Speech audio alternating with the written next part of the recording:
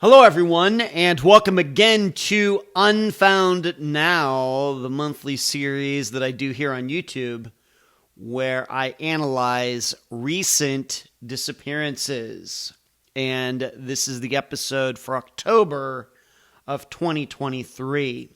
In today's episode, we're going to be looking at the still unsolved disappearance of Rino Long. His first name is R-I-N-O, Rino Long. He went missing on September 3rd of 2023, and I'm recording this on October 27th of 2023, so he's been missing for almost 2 months. He went missing, I'm going to do my best with this name, Newfoundland, Pennsylvania. It's not Newfoundland, and it's not Newfoundland, like the area in Canada. It's Newfoundland, Pennsylvania.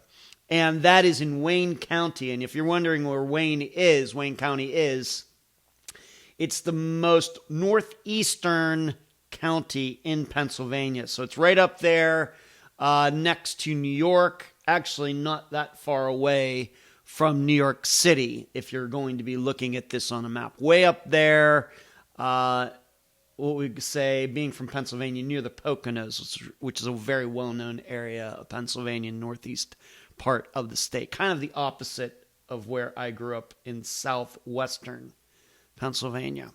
He was 68 years old. He's a white guy, and very sadly, he had been diagnosed with dementia, and of course, probably plays a pretty large role in his disappearance. I will get into that later. You probably know about Unfound and myself and this YouTube channel by this time. You know I'm all about the education.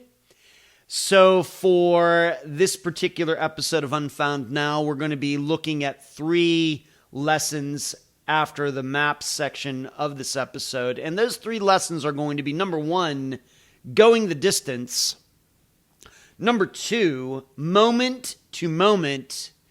And number 3, looking into the future. So now we're going to go to the map. You're going to see it's one of the smallest, shortest routes that I'm sure that I've ever looked at or diagrammed in Unfound's existence, going back to September of 2016, but still very important. So I'm going to do that, and then I will come back. You will see me on the screen, and I will go into a lot of detail with the 3 lessons for this episode concerning the disappearance of Rino Long.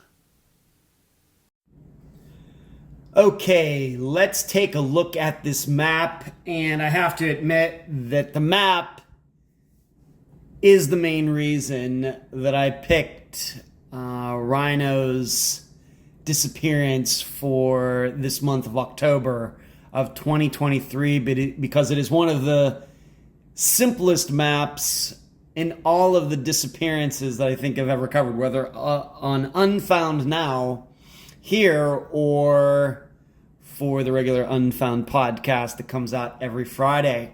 Because that's the map. You're looking at it right there on the screen. And when you're seeing that it says 2 minutes, 0.4 miles, and that's the long way around, that is the route that is at play in this disappearance. So I'm just going to zoom out just a little bit. I'm going to read this article, and then I will get into an actual diagram. But what you're looking at, that's it. All right, I'll read here from my other computer. State police are looking for a man with dementia who went missing in Wayne County on Sunday. Rino Long was last seen exiting the woods when attempting to walk to his son's house. Besides yesterday's storm, his family has not stopped searching since. He exited the woods on the other side, looked in both directions, didn't recognize where he was, and headed back into the woods. Now, that was the last sighting of him. Since then, we had search teams out, a lot of volunteers out, lots of people trying to help us, said Rino's son, Randy Long. Randy says a family emergency happened at around 11 a.m. on Sunday, and Rino was going to walk the 1,000 feet from his house in Sterling Township to his son's house, and I'll get into that 1,000 feet here in a moment. His wife Susan said, so this would be the son's wife, said she would meet him there and realized he never made it. They only heard about his sighting from a neighbor. 48 hours, we did not stop to sleep, said Susan. We went around the clock. No, I'm sorry. Susan is Rhino's wife. Excuse me. Rhino's wife, Susan, said she would meet Rhino there and realized he never made it. They only heard about his sighting from a neighbor. 48 hours, we did not stop to sleep, said Susan. We ran around the clock. We went around the clock, my son and I, going around at night, during the day, everywhere. He's got dementia. He's probably very confused. And now it rained last night, so he's cold. We have to remember, I'm filming this on October 27th of 2023, and this happened on September 3rd of 2023, so we're coming up on 2 months now.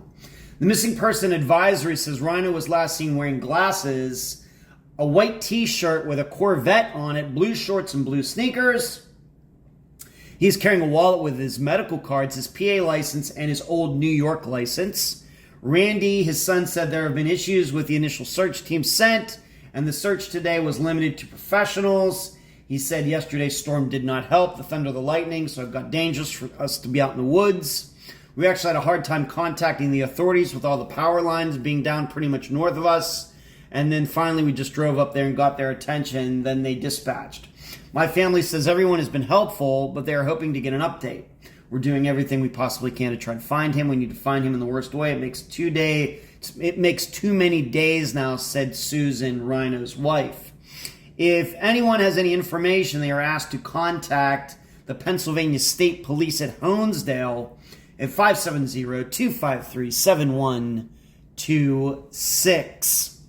So to go through, it was somebody, a neighbor, somebody who actually saw him from another article, to zoom back in again.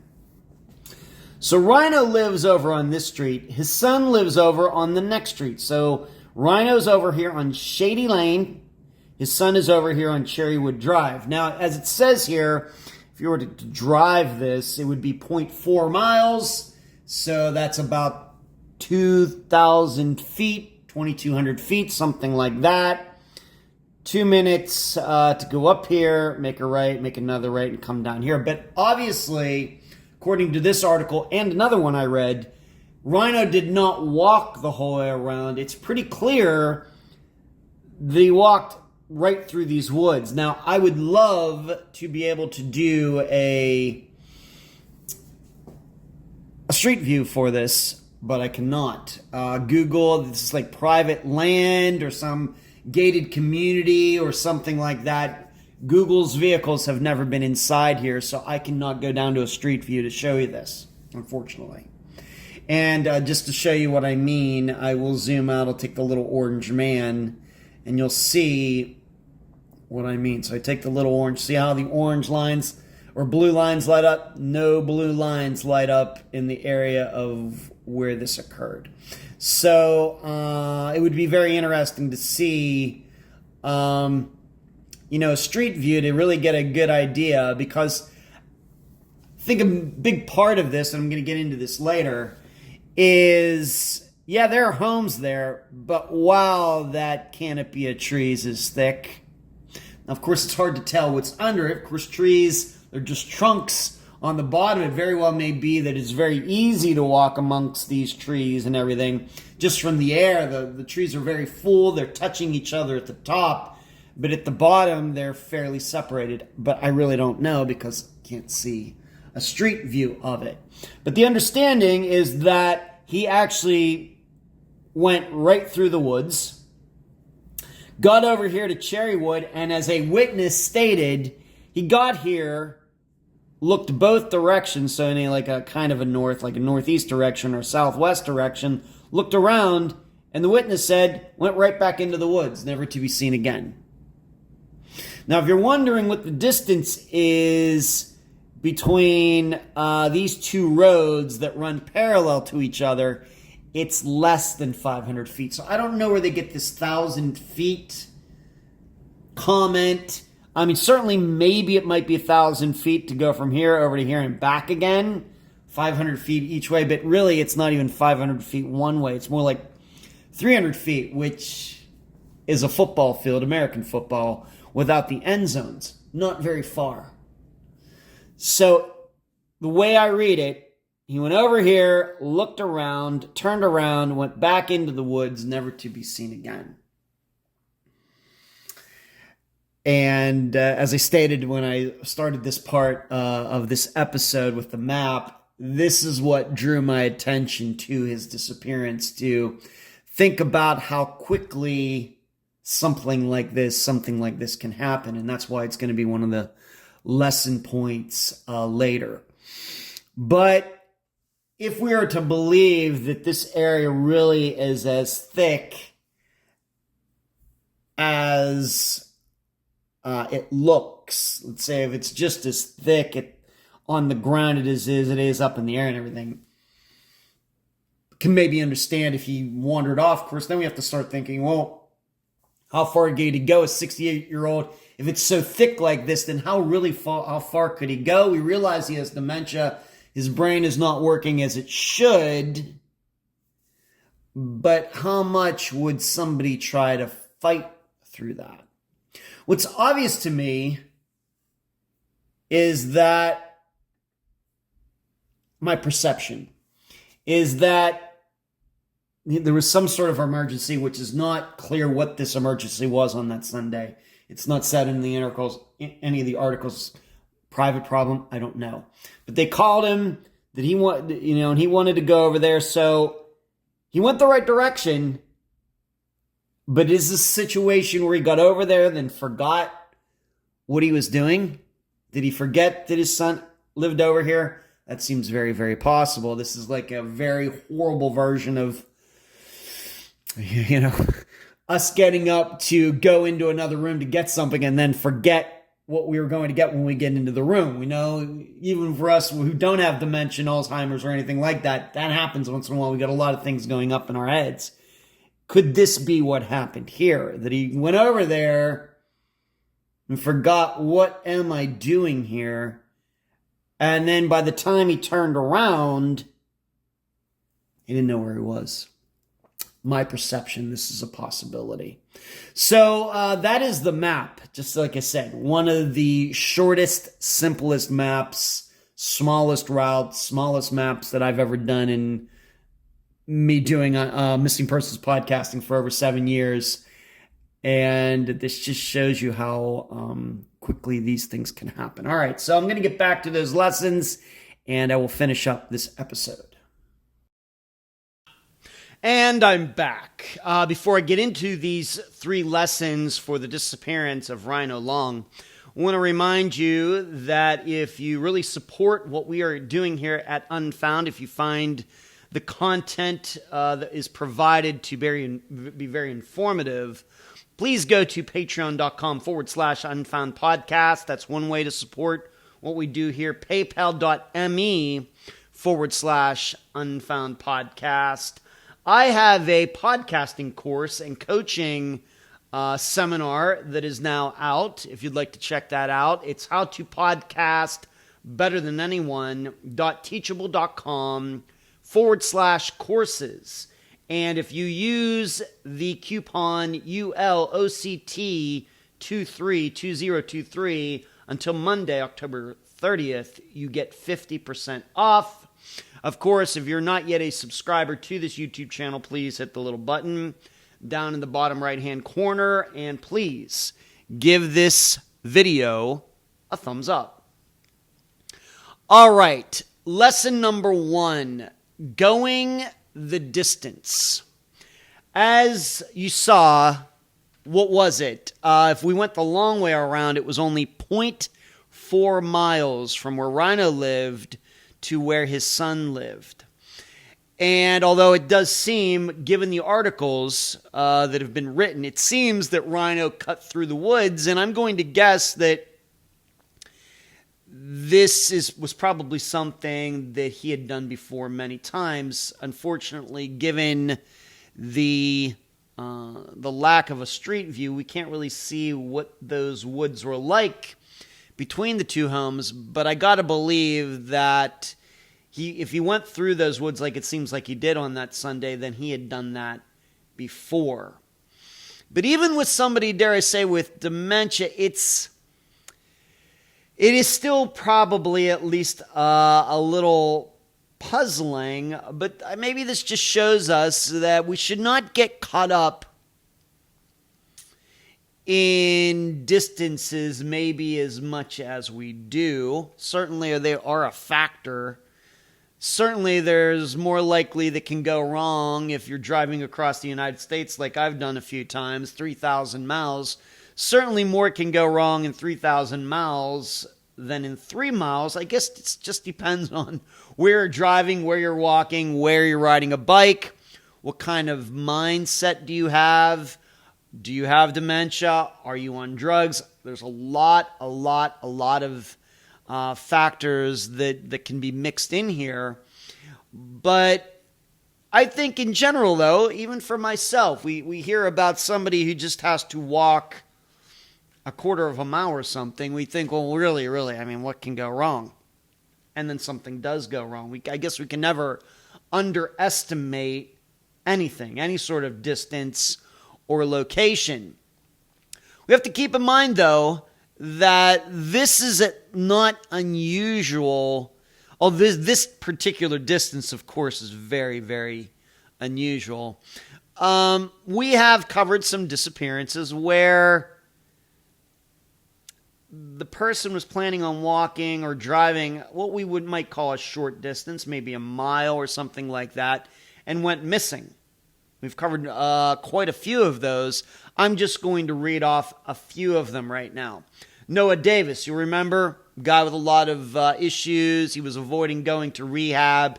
He had an addiction problem, and that he was at his uncle's place with a woman. And the story is that Noah was going to walk, I guess, about a mile, not very far. I did do a map analysis, I think, back at the time that episode came out a few years ago.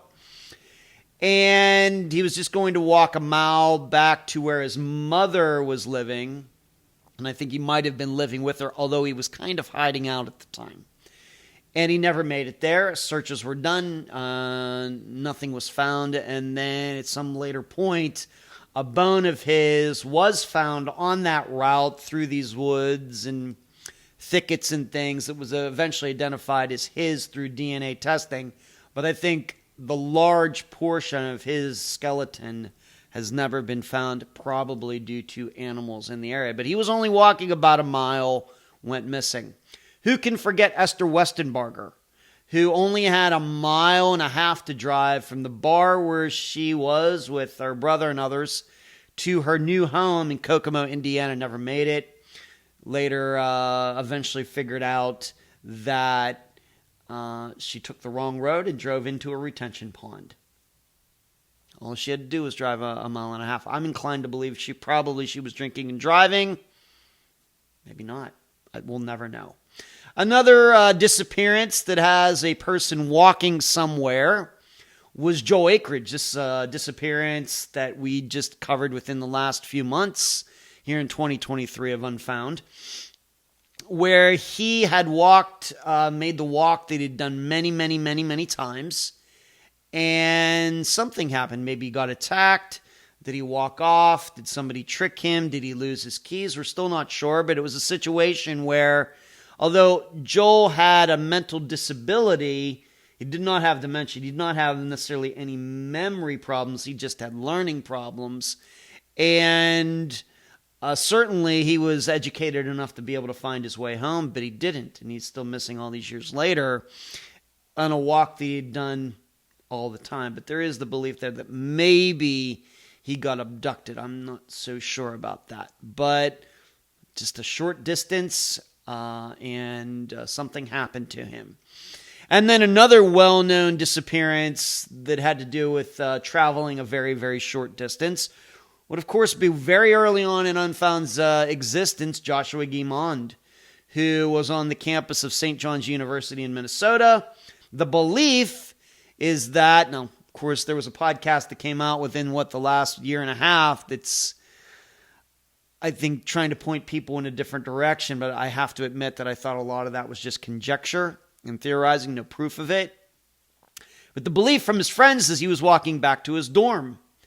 And what was the walk, a half mile or something like that? Not very far. He never made it back there seemingly, and has been missing, for almost 20 years now. So, and of course, none of those people, Noah, Esther, Joel, or Josh, had dementia or Alzheimer's, although in Joel's case, he did have a learning disability, but still, he didn't have any memory problems. So all these people should have been able to walk to where they were going or walk back, whatever they were doing, or drive.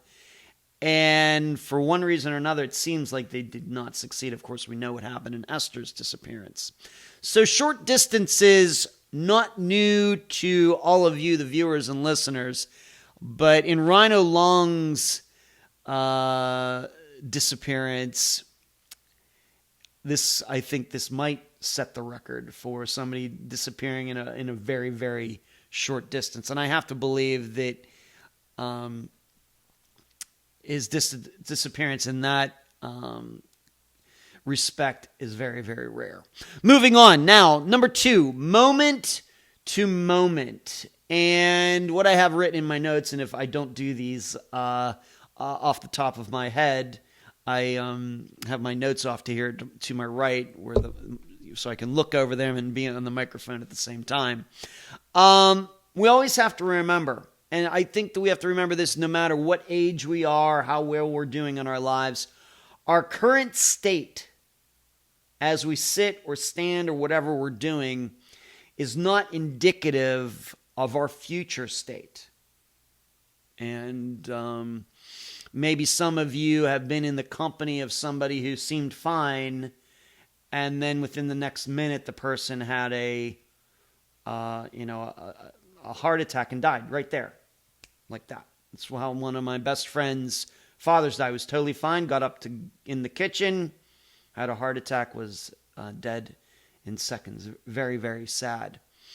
And it really, of course, sometimes it has to do with drugs and alcohol, mental illness, mental disease, especially with people like we're talking about with Rino Long, with what I would call a mental disease, not a mental illness, but a mental disease. I think, at least in my mind, they're different. I'm no doctor, but we realize that when it comes to these kind of these diseases that take over our mind and our minds never get back to the way they were, that at one point the person's mind is fine, and then within the next moment it's not. It might not be something big, like the person can't remember his name or anything, but it just starts, as we know, very slowly. It gets bigger, it gets bigger, it gets bigger. But there is that moment where everything's fine, and then there's everything isn't fine. So life is moment to moment. And what we may be looking at Rino's disappearance is that he had made that walk through the woods many times before, even though he had dementia, but knew the path, knew where he was going, would get to his son's place. But on this particular trip, his brain just deteriorated that like 0.01% more. Very possible. It's just a theory. But overall, to the point where he got over to that other road and then forgot, where am I? What am I doing here? And this is how it works. It's very sad. Very sad. And I'm going to get into that in lesson number 3. But overall, when we're looking at the current state of somebody and how it's not indicative of a future state, this is the exact reason on the podcast I spend so much time asking guests about those missing people. You've noticed probably by this time, all these years in, is that it may take us 45 minutes to an hour to get to the actual circumstances. That's part of the plan. And it's the reason eventually I've begun to say disappearances are about people, not circumstances. You understand the person, their addictions, their relationships, their mental illnesses, their mental diseases, if they have all those things that make that person who he or she is. That's probably going to tell you pretty much all you need to know about guessing the reason that person went missing.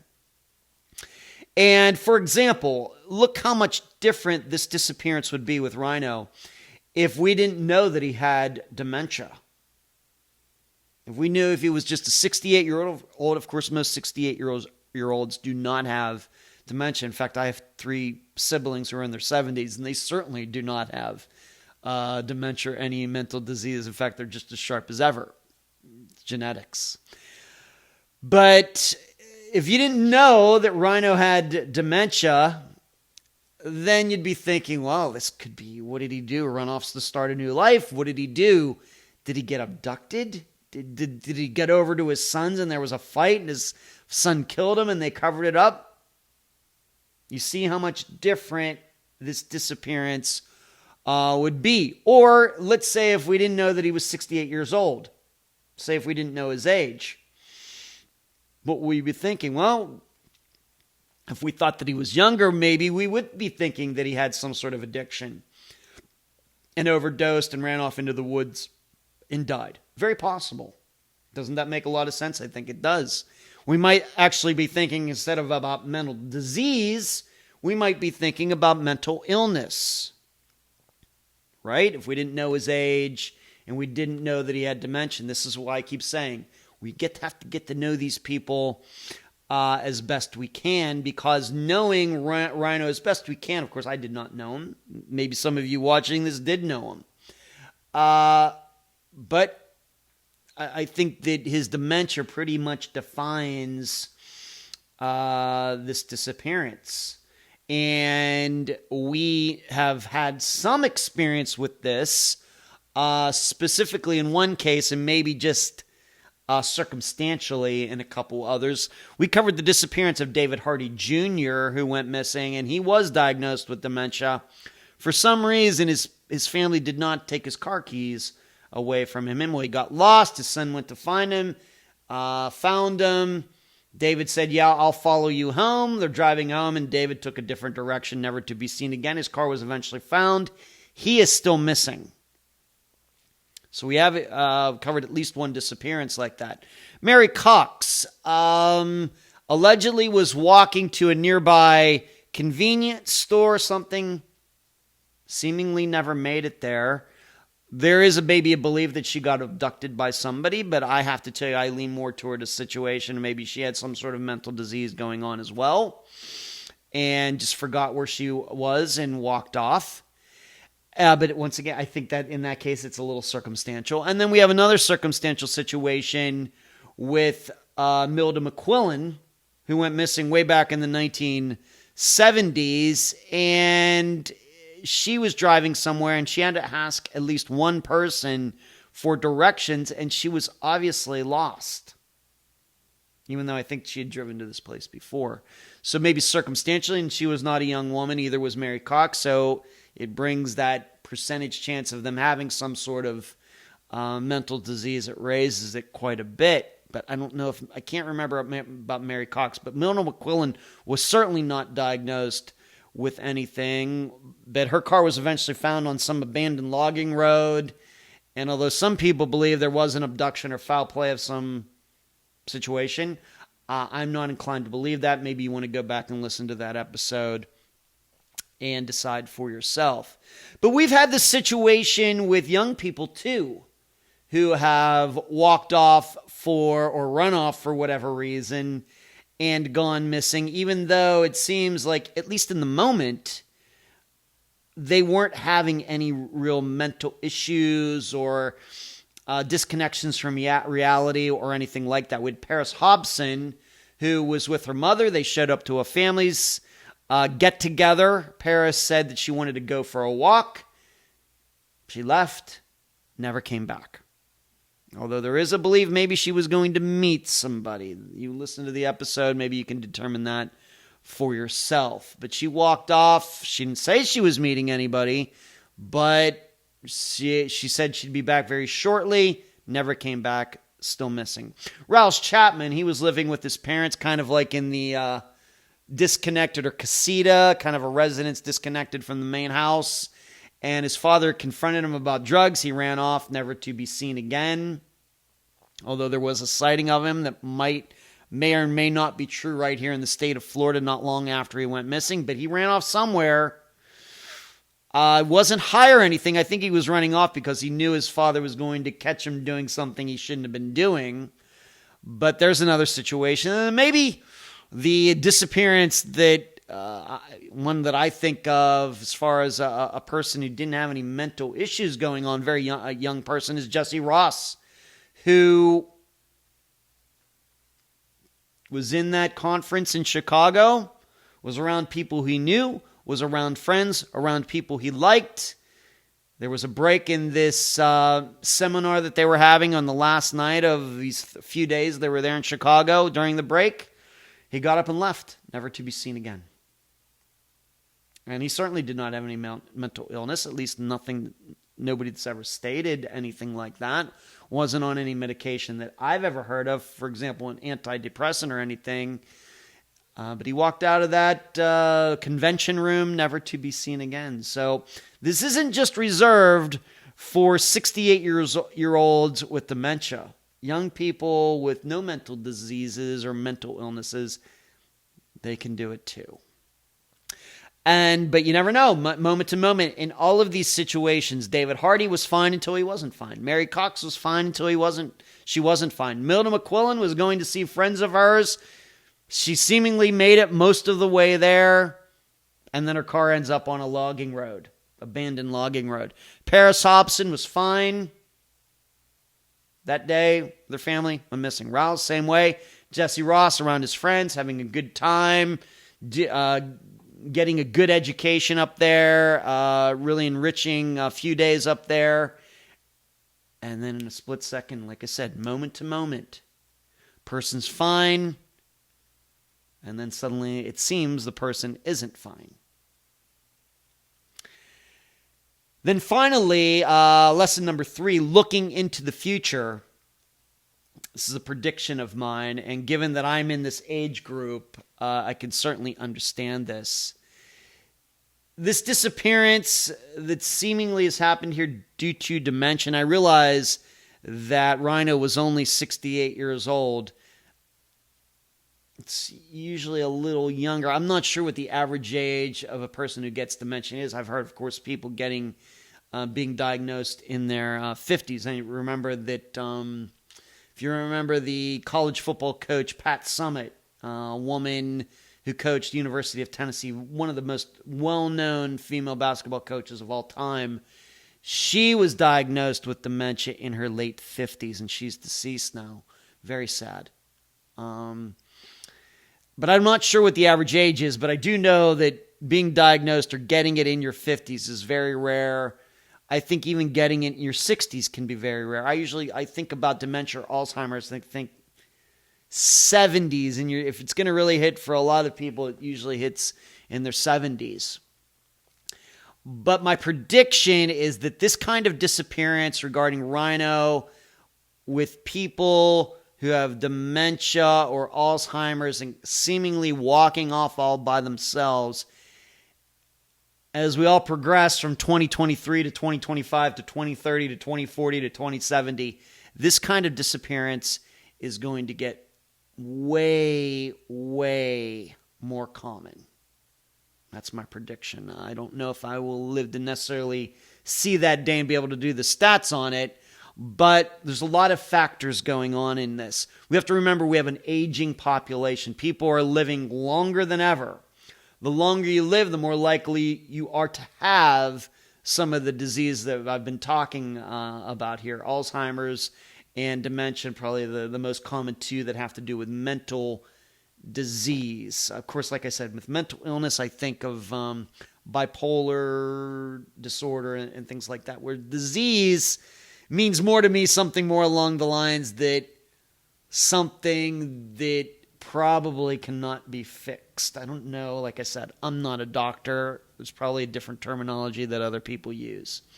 But as people live longer, you're more likely to get Alzheimer's and dementia. In addition, I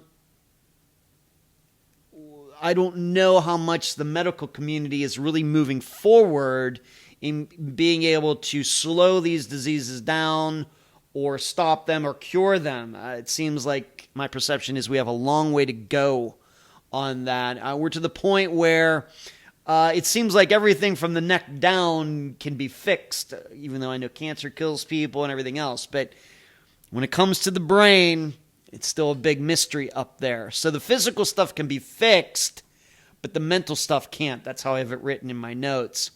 Also, more people are living alone.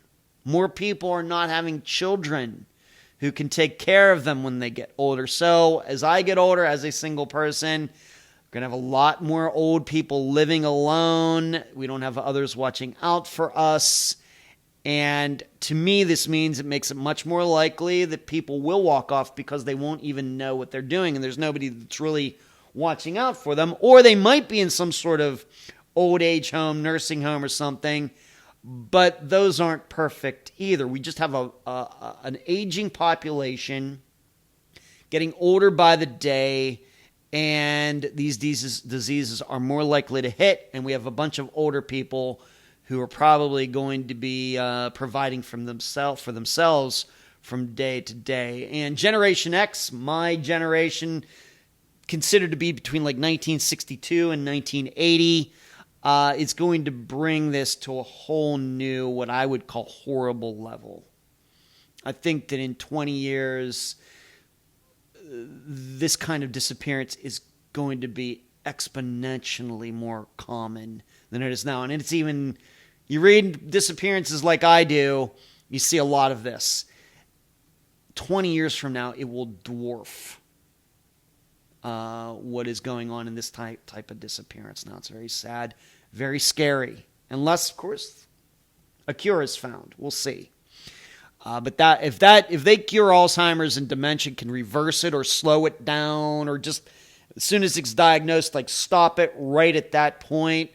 I mean, you talk about a wonder drug or whatever you want to call it. I mean, that would just be amazing. But wow, my hopes are very high, but I have a lot of doubts that that's going to happen in my lifetime. So we have to be prepared for this.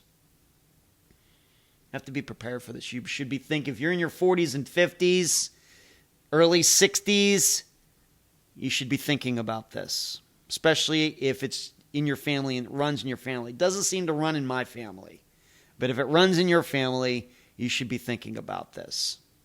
Now, so that is looking into the future. I've just looked into the future for all of us regarding this type of disappearance, and it's very scary. Very scary. It's going to be very sad.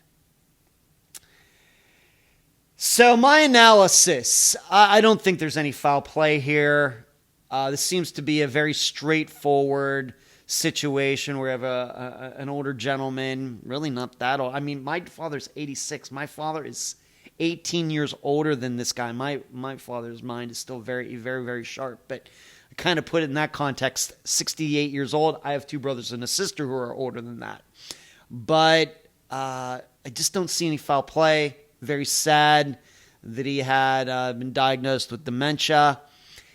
And I have to believe, unfortunately, that he got over there, forgot what he was doing, went back into the woods, and just continued to be confused.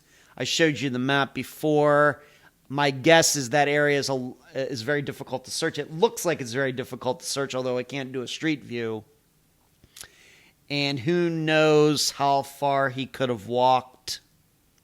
Because, and that's one of the just horrible things about dementia is that your body can be fine, your muscles and eyes and ears and everything work, but your mind can't compute it.